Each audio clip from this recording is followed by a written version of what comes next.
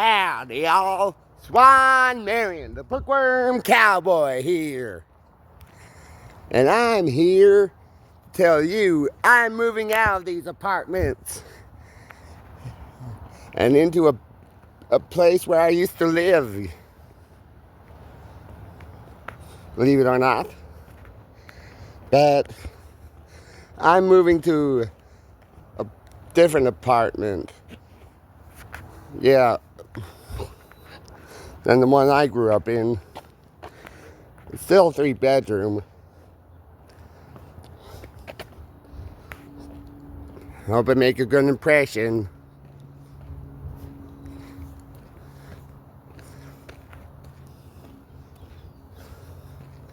And I hope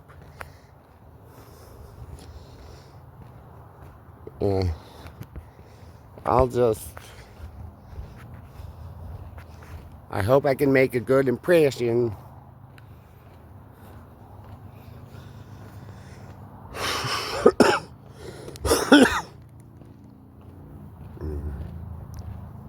But anyway, I'm going to read some more Harry Potter and the Half-Blood Prince. Yeah. That other book I got from a library. Be sure to support your local library. Any local library. We need more readers.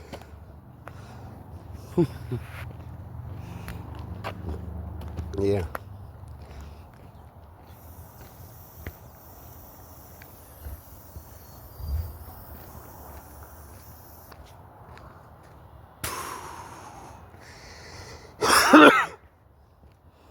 And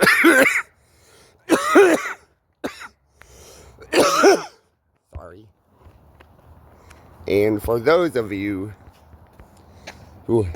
for those in states all over the world, in states wherever you may come from, it doesn't matter what ancestry you are or what sexual orientation you are.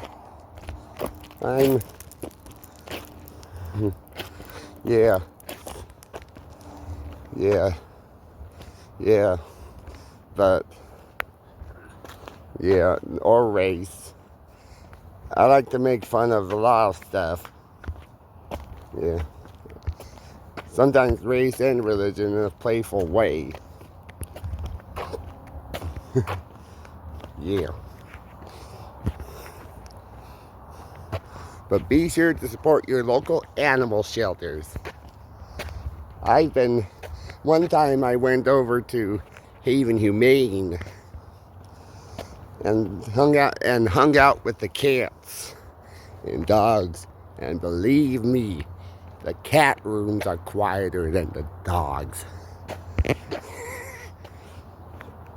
Yeah.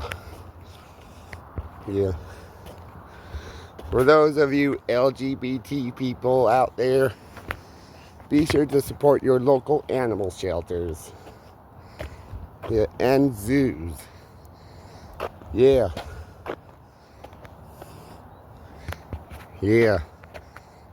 Be sure to feed your local politicians to the zoos.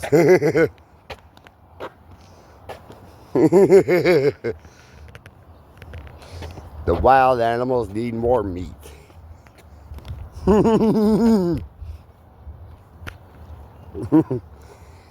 Yeah. Democrat and Republican alike. Yeah. I'm a libertarian. Believe it or not. I try to be left to middle ground. Yeah.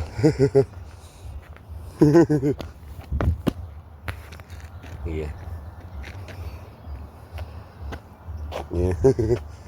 And he's explaining.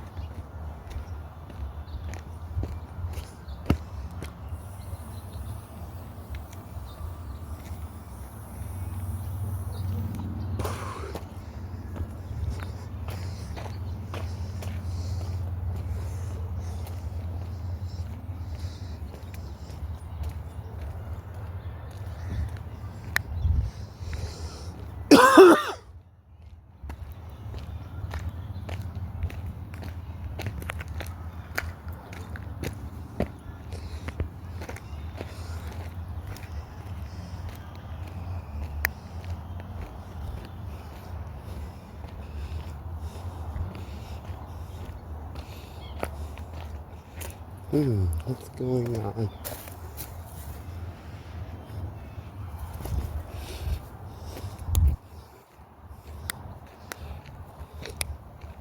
Hmm.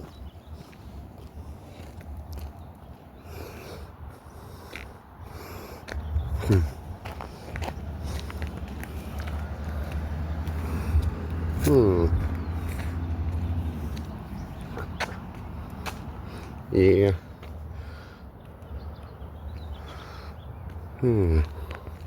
Maybe it adds to it. Just study all the teeth. Maybe it adds to the old-timey Western.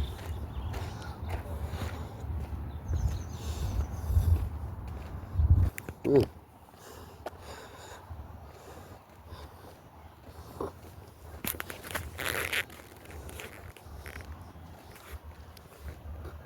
Yeah.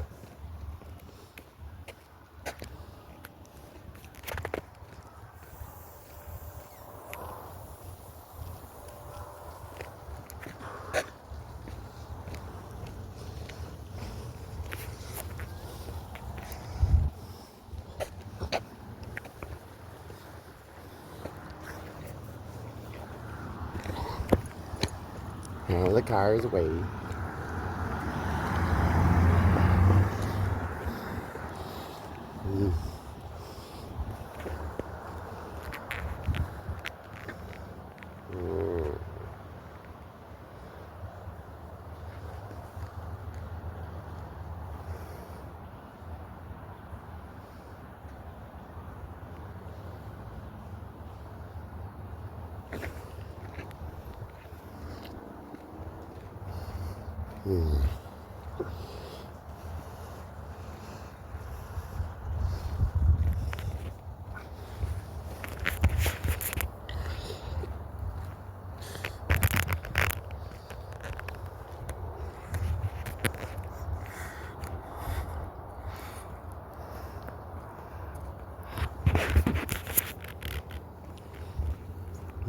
Just making sure I'm not being followed.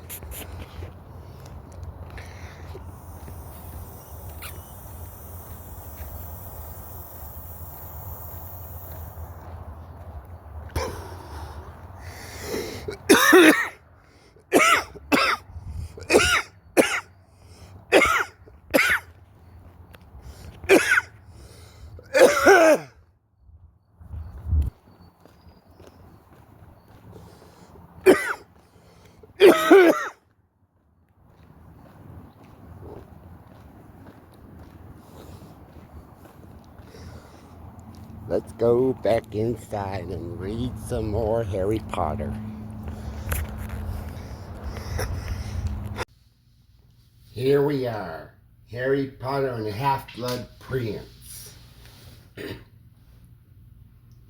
Chapter 8, Snape Victorious.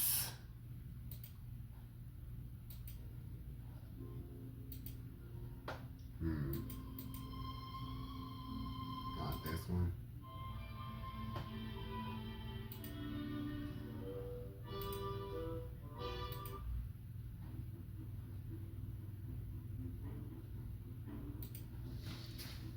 Harry could not move a muscle. He lay there beneath the invisibility cloak, feeling the blood from his nose flow, hot and wet, over his face, listening to the voices and footsteps in the corridor beyond. His immediate thought was that someone surely would check the compartments before the train departed again. But at once came the dispiriting realization that even if somebody looked into the compartment, he would be neither seen nor heard. His best hope was that somebody else would walk in and step on him.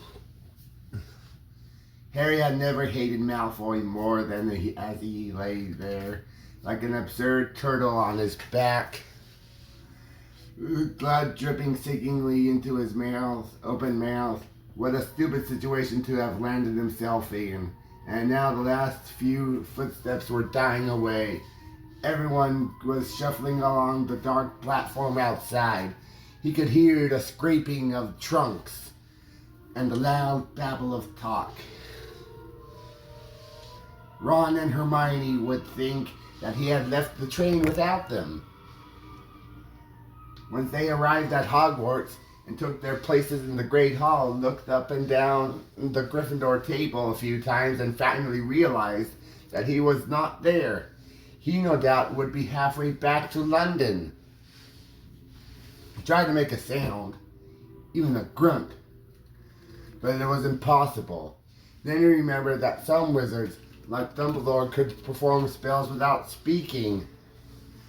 So he tried to summon his wand, which had fallen out of his hand, by saying the words Alcio wand over and over and again and in his head, but nothing happened.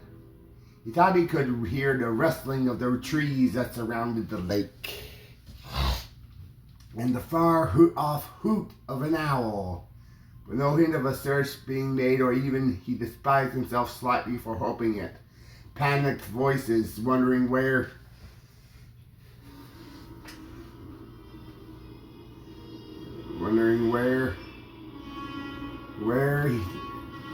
Harry Potter had gone.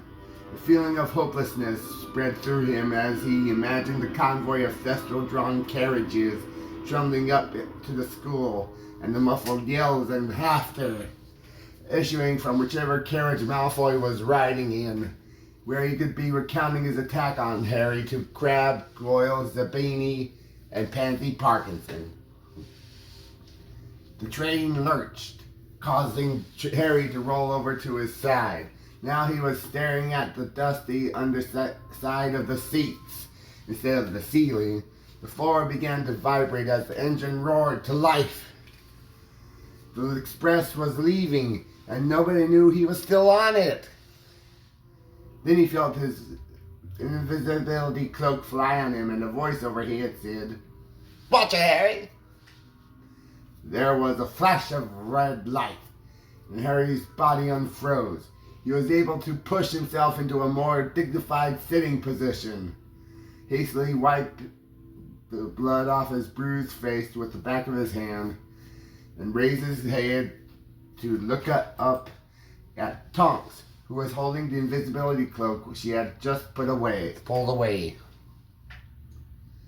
"You better get all of it quickly," she said, as the train windows became obscure with steam, and they began to move out of the station. "Come on, we'll jump!" Harry hurried after her into the corridor. She pulled open the train door and leapt onto the platform, which seemed to be sliding underneath them as the train gathered momentum. He followed her, staggering a little on landing, then straightened up in time to see the gleaming scarlet steam engine pick up speed round the corner and disappear from view.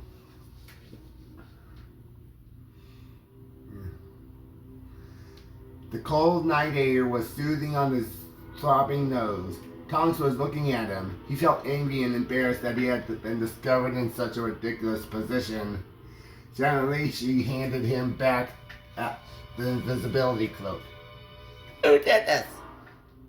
"Draco Malfoy," said Harry bitterly. "Thankful. Well, no problem," said Tonks without smiling. From what Harry could see in the darkness, she was as mousy-haired and as miserable-looking as she had been when he had met her at the Burrow. "But the victor knows if he stands still." Harry did not think much of this idea. He had been intending to visit Madame Pomfrey, the matron, in whom he had been a little more confident when it came to healing spells. But it seemed rude to say this, so he stayed stock still and closed his eyes. "Whiskey!" said Tonks.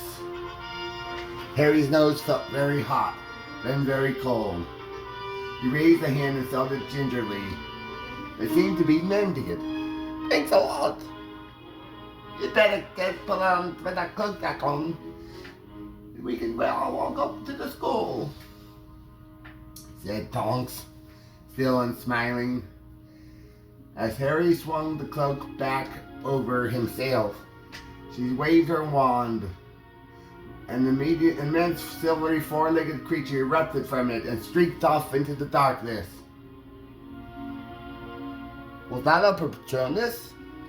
said Harry, who had seen Dumbledore send messages like this. "Yes, I'm sending word to the castle that I've got you, and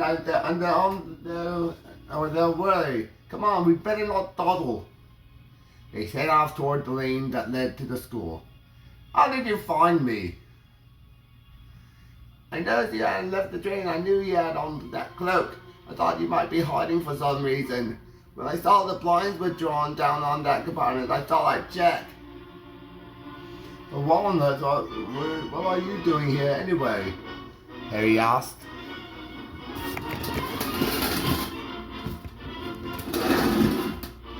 "I'm stationed in Hogsmeade now, to give the school extra protection," said Tonks.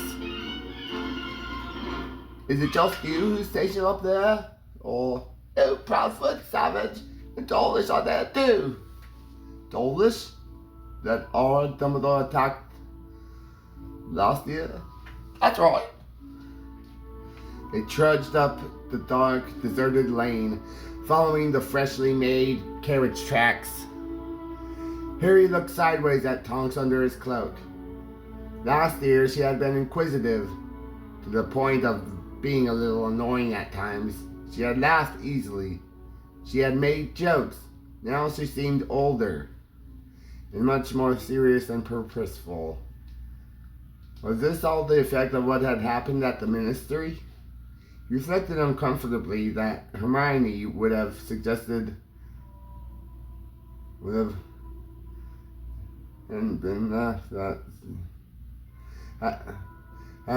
he say something consoling about Sirius to her, that it hadn't been her fault at all, but he couldn't bring himself to do it. He was far from blaming her for Sirius's death. It was no more her fault than anyone else's, and much less than his. But he did not like talking about Sirius if he could avoid it. And so they tramped on through the cold night in silence, Tonks' long cloak whispering on the ground behind them. Having always traveled there by carriage, Harry had never before appreciated just how far Hogwarts was from Hogsmeade Station.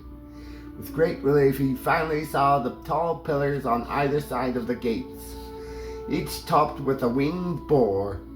He was cold, he was hungry, and he was quite keen to leave this new gloomy Tonks behind. And when he put out a hand to push open the gates, he found them chained shut. "Aloha more," he said confidently, pointing his wand at the padlock, but nothing happened. "That will work on these," said Tonks. "Dumbledore bewitched them himself." Harry looked around. "I could climb a wall," he suggested. "No, you couldn't," said Tonks flatly. "Your entire Trilogy is on all of them. Circuit has been tightened 100-fold this summer." "Well then," said Harry, starting to feel annoyed at her lack of helplessness. "Well, I suppose I'll just have to sleep out here and wait for morning." "Someone's coming down for you," said Tonks. "Look." A lantern was bobbing at the distant foot of the castle. Harry was so pleased to see it, he felt he could even endure Flinch's wheezy criticisms of his tardiness and rants about how his timekeeping would improve with the regular application of thumbscrews. It was not until the glowing yellow light was 10 feet away from them, and Harry had pulled off his invisibility cloak so that he could be seen, and then that he be recognized, with a rush of pure loathing. The uplift hooked nose and long black greasy hair of Severus Snape. Well, sneered Snape, taking out his wand and tapping the padlock at once. so that the chain snaked backward and the gate creaked open. Nice of you to turn up, Potter, although you have evidently decided that the wearing of school robes would detract from your appearance. I couldn't change. I didn't have my... Harry began, but Snape cut across him. There's no need to wait, Nymphadora. Potter is quite safe in my hands. I meant Hagrid to guide him the message, said Tonks, frowning. Hagrid was late for the start of the term feast, just like Potter here. So I took it instead, and incidentally, said Snape, standing back to allow Harry to pass him, I was interested to see your new Patronus. He shut the gates in her face with a loud clang and tapped the chains with his wand again, so that they slithered, clinking back into place. I think you were better off with the old one, said Snape, the malice in his voice unmistakable. The new one looks weak.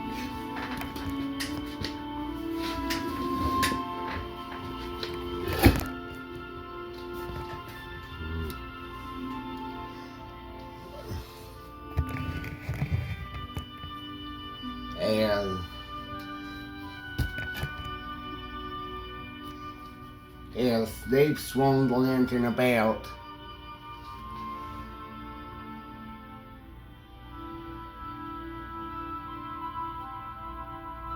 Harry saw fleeting a look of shock and anger on Tonks's face. Then she saw she was covered in darkness once more. Good night, Harry called to her over his shoulder as he began to walk up to the school with Snape. Thanks for everything. See you, Harry. Snape did not speak for a minute. Harry felt or so.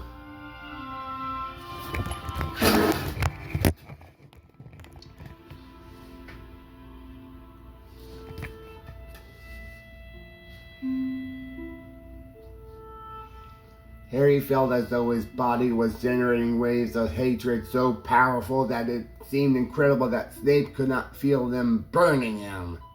He had loathed Snape from their first encounter, but Snape had placed himself forever and irrevocably beyond the possibility of Harry's forgiveness by his attitude towards Sirius. Whatever Dumbledore said, Harry had had time to think over the summer, and had concluded that Snape's side remarks to Sirius about remaining safely hidden while the rest of the Order of the Phoenix were off fighting Voldemort had probably been a powerful factor in Sirius rushing off to the Ministry that the night that he had died. Harry clung to this notion because it enabled him to blame Snape, which felt satisfying, and also because he knew that if anyone was not sorry that Sirius was dead, it was the man now striding next to him in the darkness. 50 points from Gryffindor for lateness, I think, said Snape. And let me see. Another 20 for your muggle attire. You know, I don't believe any house has ever been in negative figures this early in the term. We haven't even started pudding. You might have set a record, Potter. The fury and hatred bubbling inside Harry seemed to blaze white hot. But he would rather have been immobilized all the way back to London and tell Snape why he was late. Well, I suppose you wanted to make an entrance, didn't you? Snape continued, and with no flying car available, you decided that bursting into the great hall halfway through the face ought to create a dramatic effect. Still, Harry remained silent, though he thought his chest would explode. He knew that Snape had come to fetch him for this. For the next few minutes, when he could needle and torment Harry without anyone else listening. They reached the castle steps at last, and as the great oaken front doors swung open into the vast flagged entrance hall, a buzz of talk and laughter of the tinkling plates and glasses greeted them through the door, standing open into the great hall. Harry had wondered whether he could slip his invisibility cloak back on, thereby gaining a seat at the long Gryffindor table, which inconveniently was the farthest from the entrance hall, without being noticed, as though he had read Harry's mind. However, Snape said, "No cloak. You walk in so that everyone sees you, which is what you wanted, I'm sure." Harry turned on the spot and marched straight through the open doors, anything to get away from Snape. The great hall with its 4 long house tables, and its staff table set at the top of the room, was decorated as usual with floating candles that made the plates below glitter and glow. It was all a shimmering blur to Harry. However, he walked so fast that he was passing the Hufflepuff table before people really started to stare, and by the time they were standing up to get a good look at him, he had spotted Ron and Hermione sped along the benches towards them, forced his way in between them. Well, you blimey, what have you done to your face?" said Ron, goggling at him along with everyone else in the vicinity. "Why, what's wrong with it?"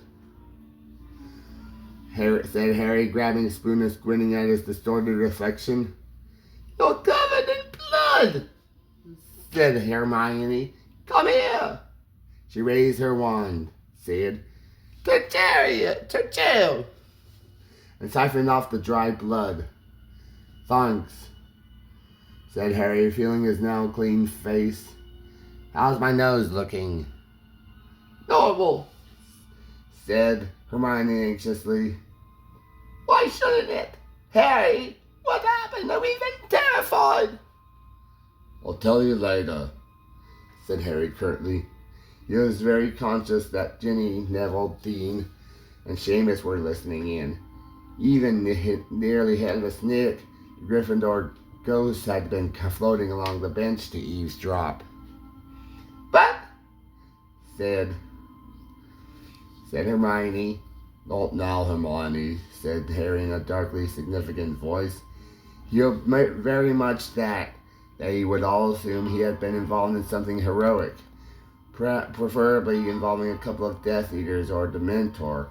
Of course, Malfoy would spread the story as far and wide as he could, but there was always a chance it wouldn't reach too many Gryffindor's ears.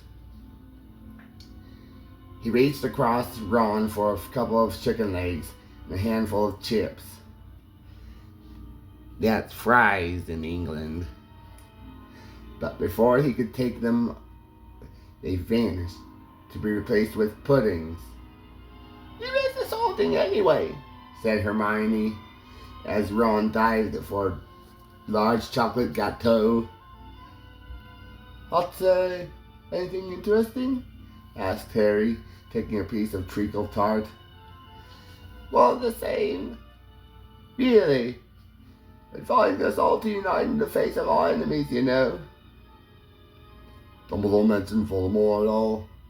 "Not yet, but he always saves his proper speeches for after the feast, doesn't he? Can't be long now." "Snape said Hagrid was waiting late for the feast. You seen Snape?" "How come?" said Ron, between frenzied mouthfuls of gâteau. "Bumped into him," said Harry evasively. Hagrid was only a few minutes late," said Hermione. "Look, he's waving at you, Harry." Harry looked up at the staff table and grinned at Hagrid, who was indeed waving at him. Harry had never quite managed to comport himself with the dignity of Professor McGonagall, head of Gryffindor House, the top of whose head came up somewhere between Hagrid's elbows and shoulders as they were sitting side by side, and who was looking disapprovingly at this enthusiastic greeting. Harry was surprised to see the divination teacher, Professor Trelawney, sitting on Hagrid's other side.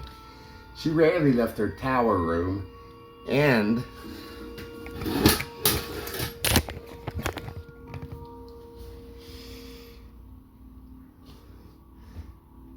he had never seen her at the start of the term feast before. She looked as odd as ever, glistening with beads and traveling shawls, her eyes magnified to enormous size by her spectacles. Having always considered her a bit of a fraud, Harry was shocked to discover at the end of the previous term that had been she who had made the prediction that caused Lord Voldemort to kill Harry's parents and attack Harry himself. Knowledge had made him even less eager to find himself in her company, but thankfully this year he would be dropping divination. Her great beacon-like eyes swiveled in his direction. He hastily looked away toward the Slytherin table. Draco Malfoy was the shattering of the nose to raucous laughter and applause. Harry dropped his gaze to his treacle tart, his insides burning again. What he would not give to fight Malfoy one-on-one. So what did Professor Slughorn want? Hermione asked. To know what really happened at the ministry, said Harry. Him and everyone else here, sniffed Hermione. People were interrogating us about it on the train, weren't they, Ron? Yes. I want to know if you really are the chosen one. There had been much talk on that very subject, even amongst the ghosts, interrupted nearly headless Nick, inclining his barely connected head toward Harry so that it wobbled dangerously on its ruff. I am considered something of a Potter authority. It is widely known that we are friendly. I have assured the Spirit Committee that I will not pester you for the information. However, Harry Potter knows that he can confide in me with complete confidence, I told them. I would rather die than betray his trust. That's not much saying as you're already dead, Ron observed.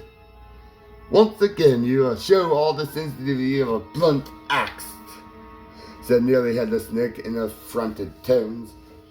And he rose into the air and glided back toward the far end of the Gryffindor table just as Dumbledore got to his feet at the south table. The talk and laughter echoing around the hall died away almost instantly. The very best of evenings to you.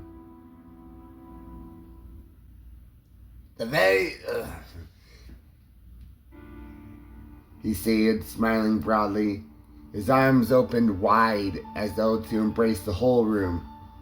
What happened to his hand? Gasped Hermione. She was not the only one who had noticed. Dumbledore's right hand was as blackened and dead-looking as it had been on the night he had come to fetch Harry from the Dursleys. Whispers swept the room. Dumbledore, interpreting them correctly, merely smiled and shook his purple and gold sleeve over his injury. Nothing to worry about, he said airily. Now, to our new students, welcome. To our old students, welcome back. Another year full of magical education awaits you. His hand was like that when I saw him over the summer, Harry whispered to Hermione. I thought he'd have cleared it by now, though. A man promptly would have done. Looks as if it's died, said Hermione with a nauseated expression. But there are some injuries you can't cure. Old curses, and there are poisons without antidotes. And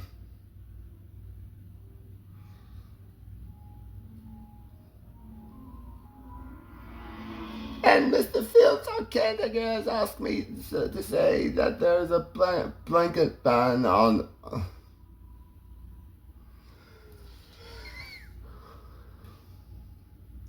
And Mr. Filch Arcadic has asked me to say that there is a blanket ban on any joke items bought at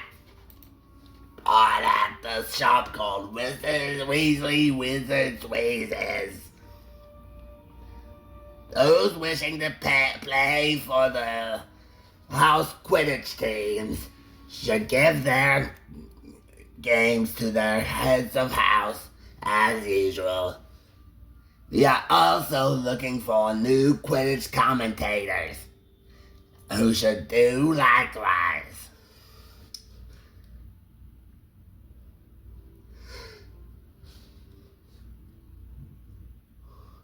We are pleased to welcome a new staff member of staff this year, Professor Slughorn. Slughorn stood up, his bald head gleaming in the candlelight, his big waistcoated bellies casting the table below into shadow. Is a former colleague of mine who has agreed to resume his old post of potions master. Potions? The word echoed all over the hall as people wondered whether they had heard right. Potions? Said Ron and Hermione together, turning to Harry to say, "But you said..." "Professor Snape, meanwhile," said Dumbledore, raising his voice so that it carried over all the muttering, "will be taking over the position of defense against the Dark Arts teacher." "No!" said Harry so loudly that many heads turned in his direction. He did not care. He was staring up the staff table, incensed. How could Snape be given the defense against the Dark Arts job after all this time? Hadn't it been widely known for the years that Dumbledore did not trust him to do it? "But Harry, you said Slughorn was going to be defense against the Dark Arts teacher," said Hermione. "I thought he was," said Harry, racking his brains to remember when Dumbledore had told him this. But now that he came to think of it, he was unable to recall Dumbledore ever telling him what Slughorn would be teaching. Snape, who was sitting on Dumbledore's right, did not stand up at the mention of his name. He merely raised a hand in lazy acknowledgement of the applause from the Slytherin table. Yet Harry was sure he could detect a look of triumph on the features he loathed so much. "Well, that's one good thing," he said savagely. "That would be gone by the end of the year." "What do you mean?" asked Ron. "The job's jinxed. No one's lasted more than a year. Krillax will die doing it. Personally, I'm going to keep my fingers crossed for another death." "Harry!" said Hermione, shocked and reproachful. "You might just go back to teaching potions at the end of the year," said Ron reasonably. "That Slughorn bloke might not want to stay long term. Rudy didn't." Dumbledore cleared his throat. Harry, Ron, and Hermione were not the only ones who had been talking. The whole hall had interrupted the buzz of conversation at the news that Sid had actually achieved his heart's desire. Seeming oblivious to the sensational nature of the news he had just imparted, Dumbledore said nothing more about staff appointments, but waited a few seconds to ensure that the silence was absolute before continuing. "Now, as everybody in the hall knows, Lord Voldemort and his followers are once more at large and are gaining in strength. The silence seemed to taunt him and strain as Dumbledore spoke.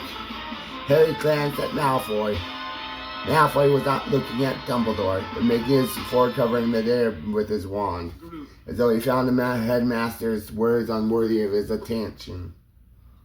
I cannot emphasize strongly enough how dangerous the present situation is, and how much care each of us at Hogwarts must take to ensure that we remain safe. The castle's magical fortifications have been strengthened over the summer. We are protected in new and more powerful ways, but we must still guard scrupulously against carelessness on the part of any student or the member of staff. I urge you, therefore, to abide by any security restrictions that your teachers might impose upon you, however irksome you might find them. In particular, the rule that you are not to be out of bed after hours. I implore you, should you notice anything strange or suspicious within or outside the castle, to report it to a member of the staff immediately. I trust you to conduct yourselves, always with the utmost regard for your own and others' safety. Dumbledore's blue eyes swept over the students before he smiled once more. But now you're bid to wait, as warm and comfortable as you could possibly wish. And I know that your top priority is to be well rested before your lessons tomorrow. Let us therefore say goodnight. Pip pip. With the usual deafening scraping noise, the benches were moved back and hundreds of students began to file out of the great hall toward their dormitories. Harry, who was in no hurry at all to leave with the gawping crowd, nor to get near enough to Malfoy to allow him to retell the story of his nose stamping, lagged behind, pretending to retie the lace on his trainer. These are trainers. Or allowing most of the Gryffindors to draw ahead of him. Hermione had darted ahead to fulfill her prefect's duty of shepherding the first years, but Ron remained with Harry. What really happened to your nose? What really happened to your nose? He asked once they were at the very back of the throng, pressing out of the hall, and out of the earshot of anyone else. Harry told him. It was a mark of strength of their friendship that Ron did not laugh. I saw Malfoy having something to do with the nose, he said darkly. Yeah, we'll never mind that, said Harry bitterly. Listen to what he was saying before he found out I was there. Harry had expected Ron to be stunned by Malfoy's boasts, with what Harry considered pure pig-headedness. However, Ron was unimpressed. Come on, Harry, he was just showing off with Parkinson. What kind of mission would you-know-who had given him? How do you know Voldemort doesn't need someone at Hogwarts? He wouldn't be the first. I wish you'd stop saying that name, Harry, said a reproachful voice behind him. Harry looked over his shoulder to see Hagrid shaking his head. Dumbledore uses that name, said Harry stubbornly. Yeah, well, that's Dumbledore, isn't it? Said Hagrid mysteriously. How come you were late, Harry? I was worried. Got head up on the train, said Harry. Why were you late? I was with Grawp, said Harry happily. Also track of time. You called new home up in the mountains now. Dumbledore thinks it. Nice big cave. He's much happier than he was in the forest. You're having a good chat. Really? Said Harry, taking care not to catch Ron's eye. The last time he had met Hagrid's half-brother, a vicious giant with a talent of ripping up trees up by the roots. His vocabulary comprised 5 words, 2 of which he was unable to pronounce properly. Oh yeah, he's really coming along, said Hagrid proudly. You'll be amazed. I'm thinking of training him up as my assistant. Ron snorted loudly, but managed to pass it off as a violent sneeze. They were now standing before the oak front doors. Anyway, I'll see you tomorrow. First lesson straight after lunch. Come early and you can be say hello to Witherwings. Raising an arm in a cheery farewell, he headed out of the doors into the darkness. Harry and Ron looked at each other. Harry could not tell that Ron was experiencing the same sinking feeling as himself.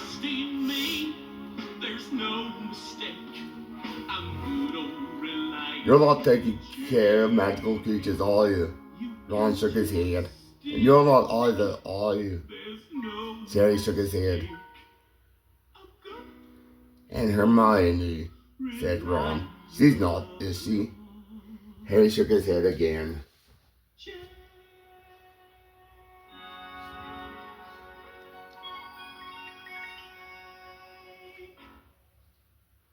Exactly what Hagrid would say when he realized his 3 favorite students had given up his subject.